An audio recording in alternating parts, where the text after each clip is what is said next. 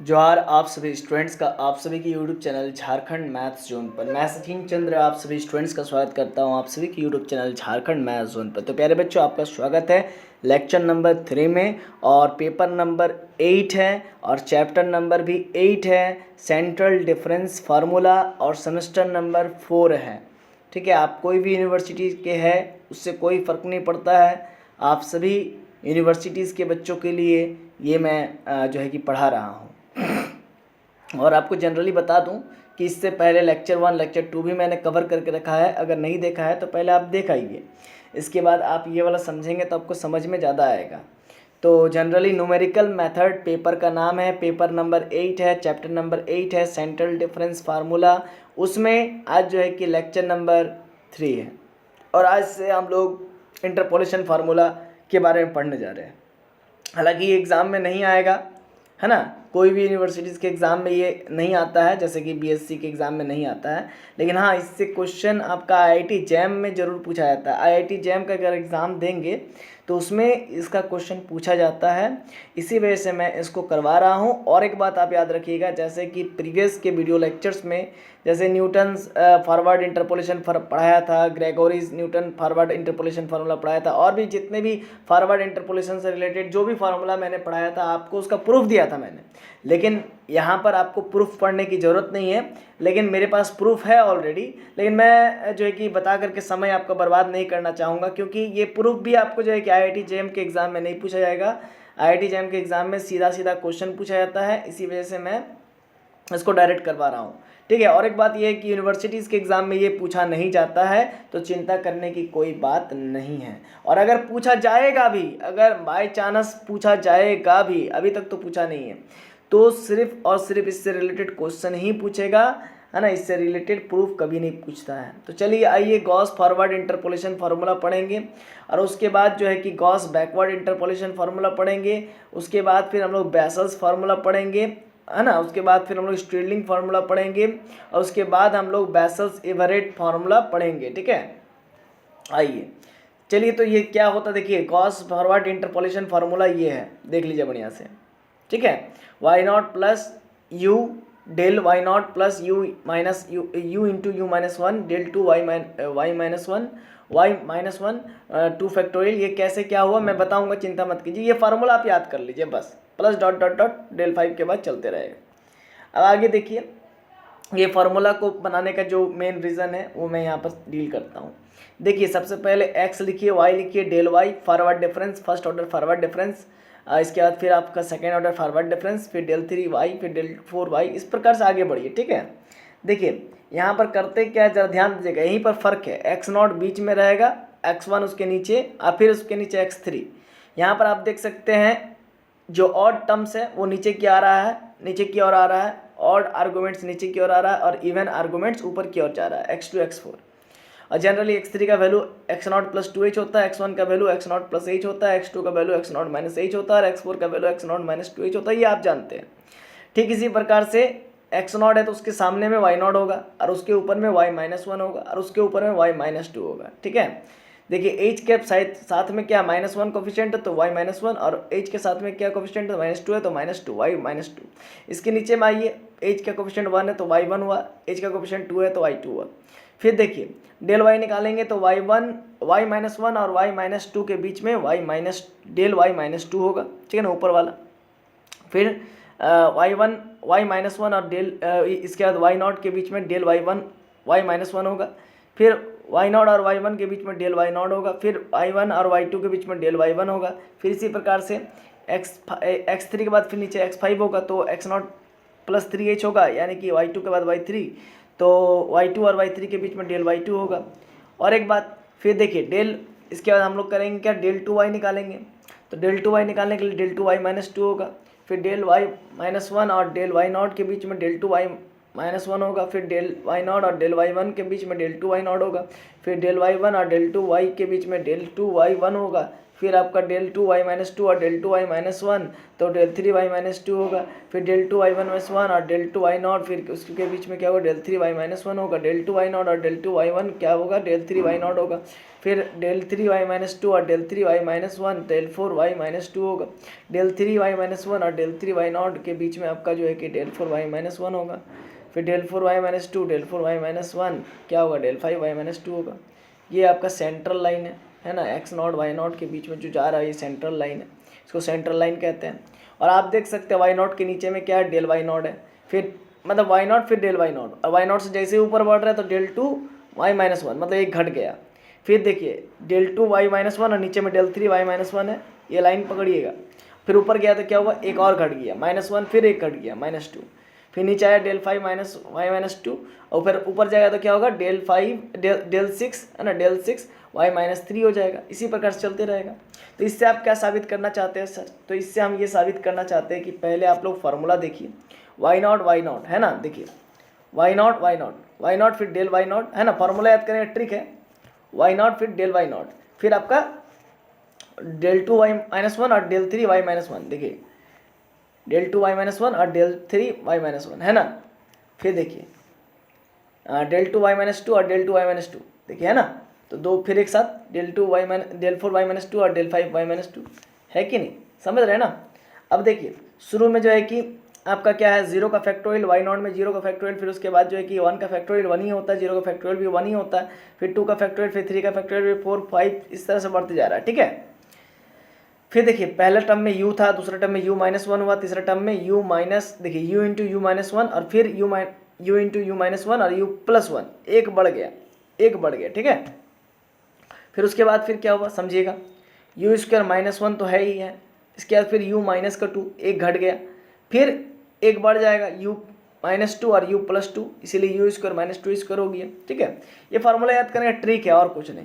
खैर आप इसको याद ही रखिए तो ज़्यादा बेस्ट रहेगा, ठीक है। और ये नहीं आता भाई, इससे क्वेश्चन नहीं आता है, सिर्फ IIT JAM में ही आता है, तो आप फार्मूला याद रखिए, काम हो जाएगा, ठीक है। तो अब देखिए फार्मूला याद हो गया तो अच्छी बात है, आने तो लिख लीजिए। अब इसी फार्मूला की मदद से हम लोग क्वेश्चन बनाएंगे। Use Gauss's forward formula to find value of y का वैल्यू निकालना व्हेन x बराबर 3.75 है, तो ये गिवन है, तो हम लोग निकालना जब x बराबर 3.75 है तो y का वैल्यू निकालना है। तो given the following table is, table दिया हुआ है, x का वैल्यू दिया हुआ पूरा, y का वैल्यू पूरा दिया हुआ है। तो अब अभी देखिए आप x बराबर 3.75 है और x का वैल्यू देखिए 3.0 और 3.5 है, तो आप x0 क्या लेंगे, है ना, x0 क्या लेंगे, तो आप चाहे तो 3 भी ले सकते हैं या आप चाहे तो x0 का वैल्यू 3.5 भी ले सकते हैं। मतलब 3.75 जिसके करीब होगा ना, जिसके ज़्यादा करीब होगा, मतलब क्वेश्चन में अगर दिया जाए कि find the value of y when x equal to 3.75, तो आप देखिएगा अगर x इक्वल टू 3.21 दे दिया जाता तो फिर क्या होता, तो 3 के करीब होता, तो 3 को ही x0 मानते। समझ में आ रहा है कि नहीं आ रहा, आएगा, थोड़ा सा रुकिए। फिर अगर मान लीजिए 3.75 है तो आप जो है कि बीचों बीच आ रहा है, 3.0 और 3.5 के बीचों बीच आ रहा है कि नहीं आ रहा, मतलब 3.0 और 3.5 के बीचों बीच नहीं आ रहा, 3.5 और 4.0 के बीचों बीच आ रहा है क्या, तो भाई 3.5 और 4.0 के बीचों बीच आ रहा है, क्योंकि x इक्वल टू 3.75, 3.5 और 3.40 के 3.5 और 4.0 के बीच में ही आता है। तो या तो आप x0 को 3.5 ले सकते हैं या फिर 4.0 ले सकते हैं, लेकिन 3.0 नहीं ले सकते हैं, है ना, ठीक ना। तो ये बात है। अब आइए इसका टेबल बनाते हैं तब ज़्यादा समझ में आएगा। देखिए टेबल बन गया भाई, द डिफरेंस टेबल इज, तो सबसे पहले आप क्या कर लीजिए, x y u del y u del 2y u ये पूरा निकाल लीजिए, लिख लीजिए। और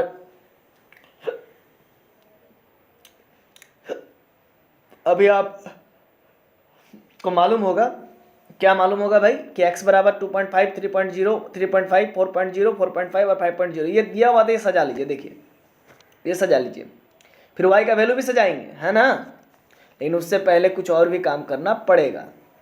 देखिए x0 हमको क्या मानना पड़ेगा, 3.5 मानना पड़ेगा, या फिर आप 4.0 मान सकते हैं। हमने 3.5 मान लिया भाई, ठीक है, कोई प्रॉब्लम नहीं, आप 4.0 भी मान सकते हो, ठीक है ना।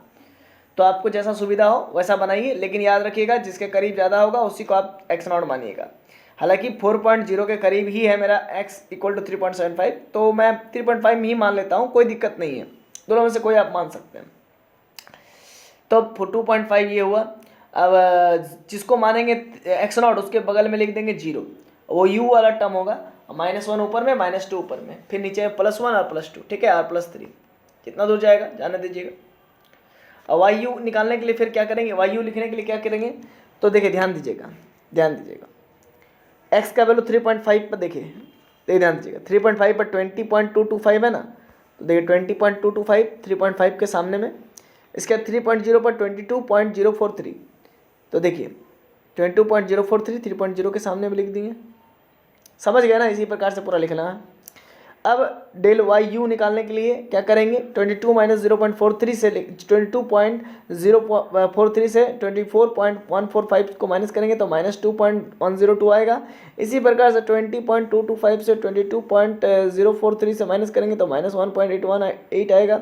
इसी प्रकार से आप आगे बढ़िए, फिर देखिए -1.818 से माइनस कीजिए तो प्लस हो जाएगा 2.102 को, तो 0.284 होगा, डेल टू वाई यू निकलेगा। इसी प्रकार से 0.237 से 0.284 निकालेंगे, माइनस करेंगे तो -0.47 आएगा। इसी प्रकार से -0.098 से -0.047 को माइनस करेंगे तो 0.372 आएगा।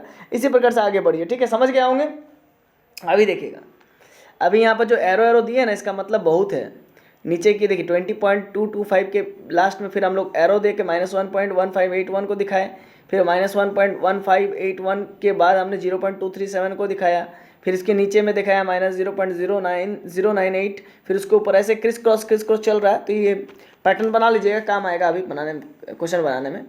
तो एक्स नॉट बराबर आप 3.5 लिए हैं, तो एक्स नॉट इक्वल टू 3.75 दिया है। एक्स नॉट सिलेक्ट करने के लिए देखें कि 3.5 किसके नज़दीक है।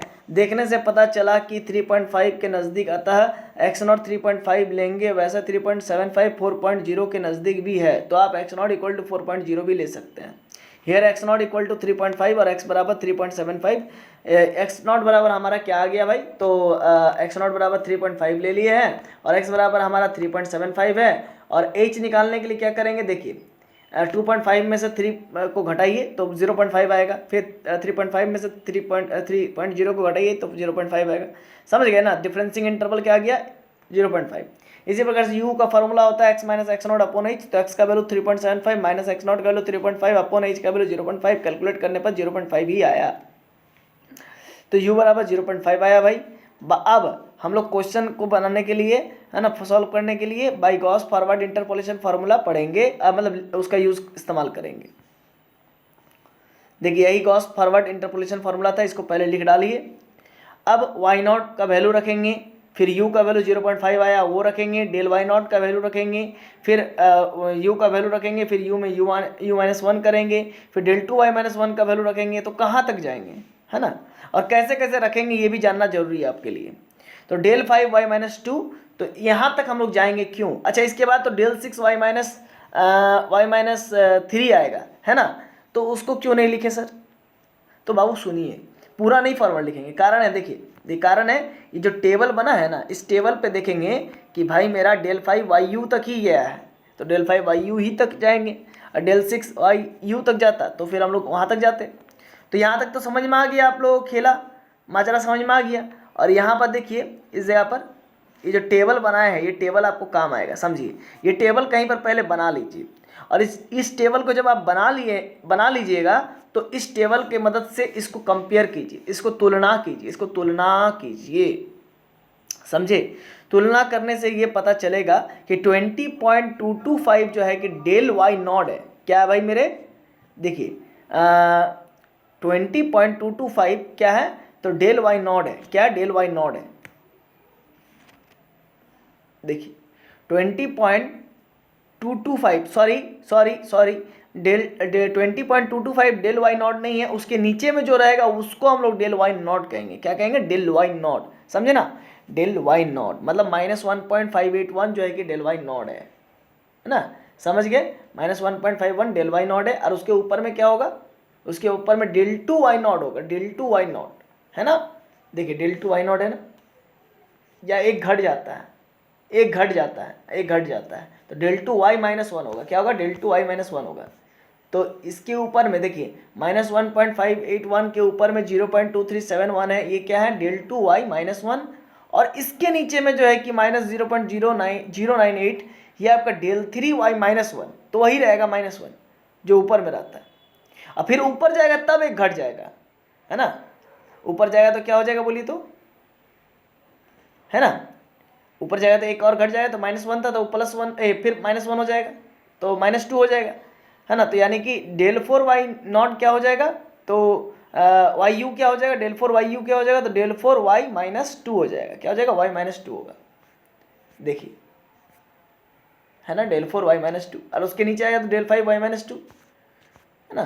तो यहाँ से आप कंपेयर कर करके आगे निकाल सकते हैं। तो भाई देखिए del5y -2 क्या हो जाएगा, -0.0366, उसके बाद फिर ऊपर जाएगा तो क्या होगा, एक और घट जाएगा, तो अभी तक मेरा -2 है तो उसमें -3 हो जाएगा, क्या उसमें होगा del6y -3।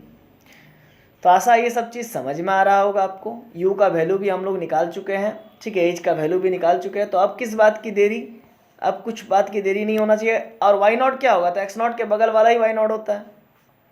तो देखिए x0 के बगल वाला ही y0 है ना, देखिए तो, है ना। तो आइए बगल वाला का यहाँ पर ले लेंगे, x0 क्या है तो 3.5, उसके बगल वाला 0 y0, हाँ 0 नहीं नहीं नहीं, y0 हो जाएगा 20.225, क्योंकि 0 देखिए y ये तो u है ना, उसके बगल में 20.225, ठीक है। ये u जो है कि सीरियल वाइज करने को पहचानते हैं, मिड पॉइंट मिड टर्म्स को खोजने का एक जरिया है, बस और कुछ नहीं। 0 के नीचे वाला पॉजिटिव इंटीजर, ऊपर में नेगेटिव इंटीजर, बस इतना ही बताने का काम करता है u, है कि नहीं। जब यहाँ से वैल्यू निकाल चुके हैं आप, तो आप क्या कीजिए, यहाँ पर पुट कर दीजिए, y0 का वैल्यू पुट कीजिए, u का वैल्यू पुट कीजिए, del y0 का वैल्यू पुट कीजिए, फिर u का वैल्यू पुट करके u में से 1 को घटा दीजिए, फिर 2 का फैक्टोरियल नीचे लगा करके del2y -1 को लिख दीजिए, बस वैल्यू पुट कीजिए और क्या कीजिए, बस वैल्यू निकालिए। और आपको मालूम है कि u का वैल्यू क्या आया था, u का वैल्यू क्या आया था बोलिए तो, अभी लाया ना u का वैल्यू 0.5, तो u यानी कि u की जगह पर 0.5 लगाना है, जहाँ जहाँ u है वहाँ 0.5 लगाना है। इसके बाद आपका 0.5 पर वैल्यू निकल जाएगा 19.40। तो इसी प्रकार से एक और क्वेश्चन है, y2 बराबर 10 है, y1 बराबर 8 है, y0 बराबर 5 है, y -1 बराबर 10 है, और आपको फाइंड करना y half by Gauss forward formula. तो x का वैल्यू आपको हाफ दिया हुआ है, तो x0 आप क्या लीजिएगा, क्या, तो आप देखिए हाफ का मतलब होता है 0.5, और 0.5 आप किसके नीचे किसके करीब है जरा समझिए, y1 यानी कि 1 के करीब भी है 0.5, और 0 के करीब भी है 1/2, है ना। मतलब क्या मैंने बोला कि भाई मेरे 1/2, x का वैल्यू आपको 1/2 आया है, तो x0 का वैल्यू क्या लेंगे, तो x0 का वैल्यू मैंने बोला कि आप 0 भी ले सकते हैं और 1 भी ले सकते हैं, क्योंकि हाफ का मतलब 0.5 होता है और वो 0 के करीब भी होता है और 1 के करीब भी होता है, तो आप दोनों में से कोई भी ले सकते हैं, यानी कि x0 बराबर आप 0 भी ले सकते हैं और 1 भी ले सकते हैं। तो मैंने 0 लिया ताकि कैलकुलेशन मेरा आसान हो जाए। और h बराबर कैसे निकालेंगे भाई, तो जी देखिए समझिएगा कैसे कैसे निकालेंगे, देखिए तो यहाँ पर h मतलब डिफरेंसिंग इंटरवल होता है कि नहीं। तो डिफरेंसिंग इंटरवल निकालने के लिए हम लोग करेंगे ये कि आप देख सकते हैं 1 के बाद 2 है, 1 के बाद 2 है ना, तो मतलब एक का डिफरेंस है, फिर 0 के बाद 1 है, समझे ना। तो फिर -1 के बाद 0 है, फिर 1 का डिफरेंस है ना, एक का डिफरेंस, तो h बराबर 1 हो गया। और u बराबर x - x0 अपॉन h होता है, x का वैल्यू 1/2, x0 का वैल्यू 0/2, तो 1/2 यानी कि 0.5 आ गया। अब डिफरेंसिंग टेबल लिखेंगे, बहुत ही शिद्दत से लिखेंगे, x y yu del2yu और del3yu, ठीक है। इसके बाद फिर क्या करेंगे, x का जो वैल्यू आया है वो सब हम लोग पुट करने का कोशिश करेंगे। तो x का वैल्यू हम लोग पुट करेंगे, ठीक, तो ठीक है ना, x का वैल्यू हम लोग क्या करेंगे, पुट पट करेंगे। आइए x का वैल्यू पुट करते हैं। सबसे पहले हम लोग -1 रखेंगे, उसके बाद 0 रखेंगे, है ना। 0 क्यों 0 रखेंगे बोलिए तो, मतलब 0 हमारा x0 है, मिड पॉइंट है, सेंट्रल पॉइंट, और इसी x0 से मेरा सेंट्रल लाइन बनेगा। तो 0 के ऊपर -1 होगा और उसके नीचे सारा पॉजिटिव होगा। अब उसके बाद जो आपका y1 आएगा, y2 आएगा, यानी कि 0 के बाद 1 आएगा, 2 आएगा, समझे। और u बराबर आपको मालूम है जहाँ से 0 होता है उसके ऊपर -1 और उसके नीचे 1 और 2 होता है। ठीक है, अब बात को समझिए, x का वैल्यू जब -1 था तो उस समय y का वैल्यू 10 था। देखिए -1 था तो y का वैल्यू 10 था, और जब x का वैल्यू 0 था तो y का वैल्यू 5 था, y का वैल्यू 1 था तो x का वैल्यू 1 था तो y का वैल्यू 8 था, x का वैल्यू 2 था तो y का वैल्यू 10 था। ठीक है, सफिक्स में दिया हुआ 10 5 8 10 हो गया, समझ गए।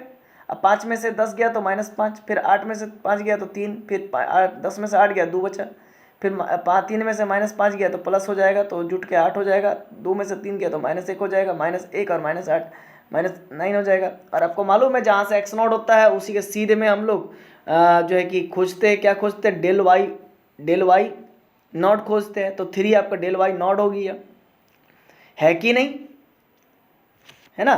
देखिए यहाँ पर देखिए इस फॉर्मूले को देखिए, फिर से एक बार देखिए, डेल वाई नॉट हो गया, अब फिर उसके ऊपर में एक घट जाएगा, फिर नीचे आएगा तो फिर वही रहेगा -1, अब फिर ऊपर गया तो फिर एक घट जाएगा, क्या, तो देखिए वही काम होगा यहाँ पर भी। देखिए तो सबसे पहले आपका जो 3 है वो है डेल वाई नॉट, और आपका जो 8 है वो है डेल 2y -1, और जो आपका 9 है वो है आपका डेल 3y माइनस का, वो भी क्या होगा, -1 ही होगा, है ना। हाँ, बढ़ेगा नहीं, क्योंकि बढ़ेगा कब, जब ऊपर उठेगा तब। इतना हो गया। अब इन सभी वैल्यूज़ को आप लोग गॉस फॉरवर्ड इंटरपोलेशन फार्मूला में पुट कर दीजिए। y0 क्या हो जाएगा, जो x0 के बगल में रहेगा वही y0 हो जाएगा, यानी कि 5 हो जाएगा। ठीक है, इसके बाद फिर देखिए 3 तक ही गया है, क्योंकि यहाँ पर 3 तक ही टर्म्स है ना, इसी वजह से। फिर हमारा क्या होगा, y का वैल्यू, u का वैल्यू 0.5, डेल y0 का वैल्यू 3, u का वैल्यू 0.5 माइनस का 1 अपॉन 2 फैक्टोरियल डेल 2y -1, क्या होगा del 2y -1, del 2y minus का 1 क्या हो जाएगा आपका, क्या होगा बोलिए तो, डेल 2y -1। अरे सिंपल सा लॉजिक है भाई, 3 हो जाएगा डेल 2y -1, है ना। ये नहीं होगा, डेल 2y -1 खोजना है, डेल 2y -1 खोजना है बाबू। तो डेल 2y -1 आपका होगा 8, और 3 क्या होगा, तो डेल y0, और फिर डेल 3y -1 क्या हो जाएगा, -9। अगर आपको दिक्कत हो रहा है ना तो आप इससे कंपेयर कीजिए, देखिए इससे कंपेयर कीजिए, इससे कंपेयर कीजिए, इसको पहले लिख लीजिए, नहीं तो फिर आपसे नहीं होगा, है ना। इस चीज़ को लिख लीजिए बढ़िया से, ठीक है। चलिए अब इसी चीज़ को सॉल्व करेंगे बढ़िया से, तो वैल्यूज़ को पुट करेंगे, और जहाँ पर u है वहाँ पर हाफ रखेंगे, ठीक है ना, क्योंकि u का वैल्यू हाफ आया हुआ था, जहाँ जहाँ हाफ का मतलब 0.5 होता है वहाँ पर रख दीजिए। अब y0 का वैल्यू आ गया, सारा का सारा वैल्यू आ गया, पुट कीजिए और आंसर लाइए 6.0625, है ना। तो ये बात है भाई। आगे क्या है, गॉस बैकवर्ड इंटरपोलेशन फार्मूला है, तो इसको हम लोग नेक्स्ट क्लास में पढ़ेंगे, क्योंकि ये ऑलरेडी 22 मिनट का हो गया। तो चलिए मिलते हैं, तब तक के लिए जोहार।